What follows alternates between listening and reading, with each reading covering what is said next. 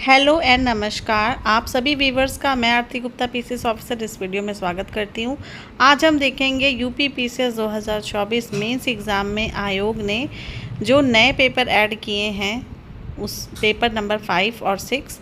तो UP special वाले paper की क्या अप्रोच रही, क्या पैटर्न रहा, तो हम जीएस पेपर 5 देखेंगे। ये भी अपने आप में बहुत इम्पॉर्टेंट प्रश्न पेपर था और 200 मार्क्स का ये क्वेश्चन पेपर था। 3 घंटे का टाइम था। टोटल 20 क्वेश्चंस थे। सेक्शन ए में 10 और बी में 10। सेक्शन ए वाले प्रश्न 125 शब्दों में और सेक्शन बी वाले शब्द 200 शब्दों में लिखने थे। तो ये कुछ इंस्ट्रक्शन है। अब आइए देखते हैं सीधे क्वेश्चंस को। पहला क्वेश्चन है, प्राचीन भारत में प्रयागराज के सांस्कृतिक महत्व का वर्णन कीजिए। Describe the cultural significance of Prayagraj in ancient India. तो एंशियंट इंडिया के पर्सपेक्टिव से आपको जो है यहाँ पर प्रयागराज का सांस्कृतिक महत्व बताना था।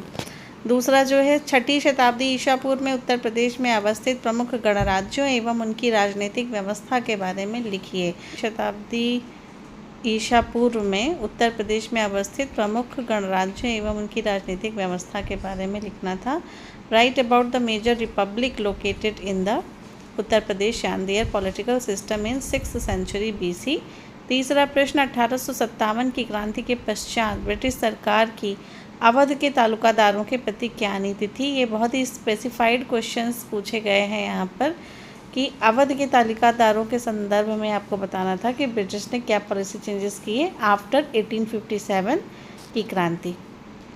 What was the policy of the British government toward the talukdars of Awadh after revolt of 1857। Question number 4, Uttar Pradesh में स्वास्थ्य ढांचे को मजबूत करने की दिशा में राज्य सरकार के प्रयासों की आलोचनात्मक व्याख्या कीजिए।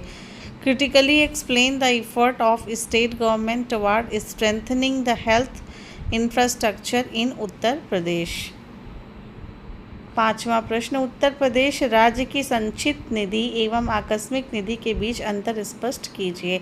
Distinguish between consolidated fund and contingency fund of the state of Uttar Pradesh.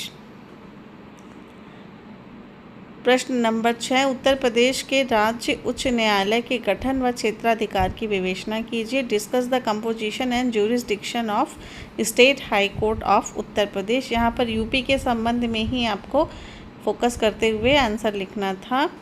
Question number 7, उत्तर प्रदेश में कुशल कानून व्यवस्था सुनिश्चित करने में प्रमुख चुनौतियाँ क्या हैं। What are the key challenges in ensuring an efficient law and order situation in Uttar Pradesh. तो कानून व्यवस्था की राह में आने वाली चुनौतियों के बारे में पूछा है, तो आपको उसी पर्सपेक्टिव से लिखना था और आप उसके सल्यूशन भी कुछ सजेशन में दे सकते थे। क्वेश्चन नंबर 8, उत्तर प्रदेश में गैर सरकारी संगठनों से संबंधित समस्याओं का विश्लेषण कीजिए। तो यहाँ पर आपका जो है ज़्यादा फोकस जो है वो समस्याओं के ऊपर होना चाहिए, ना कि आप NGO के कार्य वगैरह को ज़्यादा फोकस देंगे, क्योंकि क्वेश्चन में जो पूछा जाए वही आपको लिखना होता है, तभी आपको नंबर मिलते हैं अच्छे। Analyse the problem related to non governmental organisations NGOs in Uttar Pradesh. Question number 9, Uttar Pradesh में जल परिवहन और पर्यटन को बढ़ावा देने में अंतर्देशीय जलमार्ग प्राधिकरण की भूमिका पर चर्चा कीजिए। हाल ही में उत्तर प्रदेश में अंतर्देशीय जलमार्ग प्राधिकरण का गठन किया गया है। उसी संबंधित सवाल है, discuss the role of inland waterways authority to boost the water transport and tourism in Uttar Pradesh. 10वां प्रश्न, सेक्शन ए का आखिरी प्रश्न, उत्तर प्रदेश में लोगों के बेहतर जीवन स्तर के लिए स्मार्ट सिटी की भूमिका की विवेचना कीजिए। Discuss the role of smart city for better living conditions of the people of Uttar Pradesh. तो स्मार्ट सिटी मिशन कैसे लोगों की स्टैंडर्ड ऑफ लिविंग को एलिवेट कर रहा है, कैसे जो है उसमें सुधार ला रहा है जीवन स्तर में, इस पर्सपेक्टिव से आपको यहाँ पर लिखना था आंसर। आइए अब देखते हैं सेक्शन बी। सेक्शन बी का पहला प्रश्न, उत्तर प्रदेश की वास्तुकला की मुख्य विशेषताएं क्या हैं और इनके प्रमुख तत्वों और शैलियों का वर्णन कीजिए। What are the salient features of architecture of the Uttar Pradesh. Describe its key elements and style. तो उत्तर प्रदेश की वास्तुकला से संबंधित बताना था, तो यहाँ पर आपको सारा आर्किटेक्चर जो है बताना था, चाहे वो मंदिर का हो, चाहे वो मुग़ल काल के समय का हो। नागर शैली के मंदिर उत्तर प्रदेश में प्रचलित हैं। एक आर्ट डायग्राम वगैरह भी आप यहाँ पे बना सकते थे अच्छे नंबर के लिए। क्वेश्चन नंबर 12, उत्तर प्रदेश में नगरों के उदय के कारणों की चर्चा कीजिए। Discuss the cause for the rise of the towns in ancient Uttar Pradesh. तो नगरों के उदय के कारण बताने हैं और ये बहुत ही जनरलाइज क्वेश्चन था। 13 नंबर, भारतीय स्वतंत्रता आंदोलन में उत्तर प्रदेश की भूमिका का आलोचनात्मक विश्लेषण कीजिए। Critically analyse the role of Uttar Pradesh in the Indian freedom movement. Uttar Pradesh की भूमिका आपको बतानी थी। पूरी जितने भी हमारी आज़ादी की लड़ाई थी, अलग अलग स्टेप, अलग अलग आंदोलन में बांटते हुए आप और फेमस पर्सनालिटीज़ का जिक्र करते हुए यहाँ पे आंसर को लिखना था। क्वेश्चन नंबर 14, उत्तर प्रदेश के ग्रामीण क्षेत्रों में मुख्य त्योहारों की विशेषताएं एवं उनकी सामाजिक आर्थिक भूमिका पर विस्तृत व्याख्या कीजिए।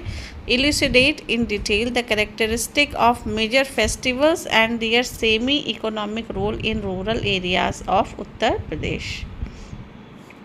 तो यहाँ पर ध्यान देने वाली बात है कि ग्रामीण परिदृश्य के हिसाब से यहाँ पर आपको लिखनी थी चीज़ें। क्वेश्चन का मेन टोन अगर आपने पकड़ लिया और उसी टोन में आंसर दे दिया तो फिर आपको अच्छे नंबर मिलते हैं। क्वेश्चन नंबर 15, यदि दूसरा सदन पहले सदन से असहमत हो तो वह शरारतपूर्ण है और यदि वह सहमत हो तो अनावश्यक है। इस प्रसिद्ध कथन के प्रकाश में Uttar Pradesh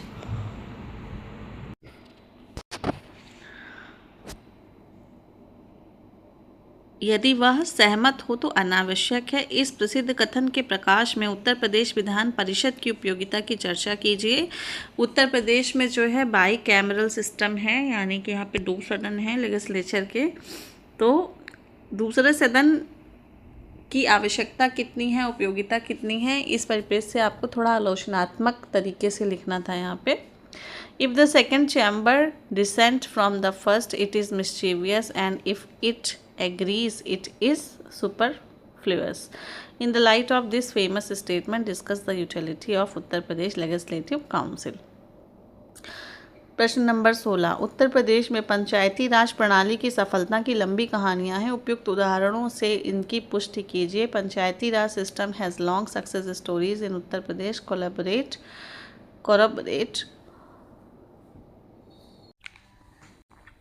with suitable examples. Panchayati Raj पे प्रश्न हर साल आता है, इसीलिए इस टॉपिक को आपको बहुत ही अच्छे से तैयार कर लेना चाहिए। ये जीएस पेपर 2 में भी आपके काम आएगा और जीएस पेपर 5 में तो आ ही रहा है। अगला देखिए प्रश्न नंबर 17, उत्तर प्रदेश लोक सेवा आयोग की भूमिका और लोक सेवकों के स्वतंत्र एवं निष्पक्ष चयन के लिए उनके समक्ष चुनौतियों पर चर्चा कीजिए। Discuss the role of Uttar Pradesh public service commission and explain the challenges before it for independent and impartial selection of public servants. प्रश्न नंबर 18, संगठित अपराध एवं आतंकवाद राष्ट्रीय सुरक्षा के लिए गंभीर चुनौतियां हैं। इनका प्रतिकार करने के लिए उत्तर प्रदेश में क्या प्रबंधन किया गया है, स्पष्ट कीजिए। ये इंटरनल सिक्योरिटी से संबंधित प्रश्न है। Organise crime and terrorism are grave challenges to national security. What arrangements have been made in Uttar Pradesh to counter this, explain.